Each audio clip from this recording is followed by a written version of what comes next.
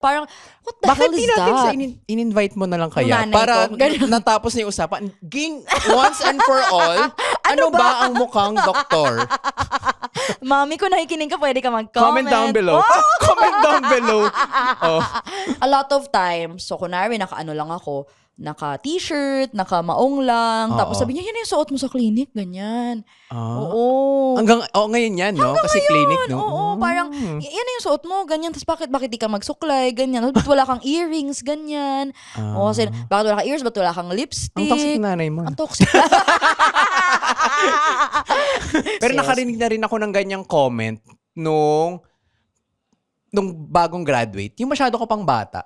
May ganun na parang, ay, parang hindi ka pa mukhang doktor. Dati, me being very, Compliment. akala ko parang, ay, ang bata naman ni doktora. So, Oo. parang ako, ageless yan siya. Oo. Pero, ano pala, no, yung iba backhanded siya. Oo. Na, okay, bata ka, baka hindi ka competent enough.